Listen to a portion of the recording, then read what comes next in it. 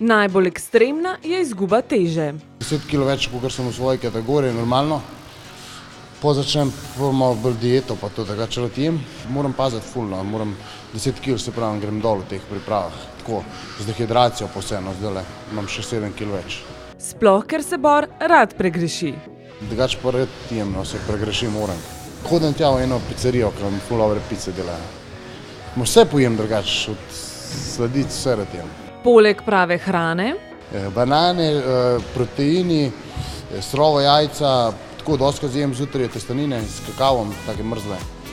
Brez soli pa to, pa pač po treningu itek šejk, kosilo, testenine, ponovadi večerja, riž pa meso. A pa si skuham 100 gramov testenin pa riža, pa ga imam sabo čez dan, pa tako pol izpod pojem. je zelo pomembno tudi to, da gre sproščen v ring. Jaz rad bolj imam mir, tako tudi domov, ko prijem, vedno imam, da se lepo sedem, pa da imam mir čez. Grem malo na računalnik, na Facebook. Čeprav Bor dekleta še nima, pa mu pozornosti nežnejšega spola ne manjka. Poživalke imam, ja.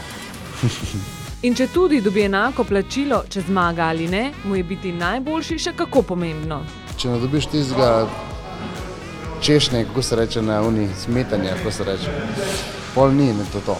Borba v ringu pa zagotovo ni prijetna z oči njegovega očeta in mame. Mama je bila, sam ne hodi zdaj več.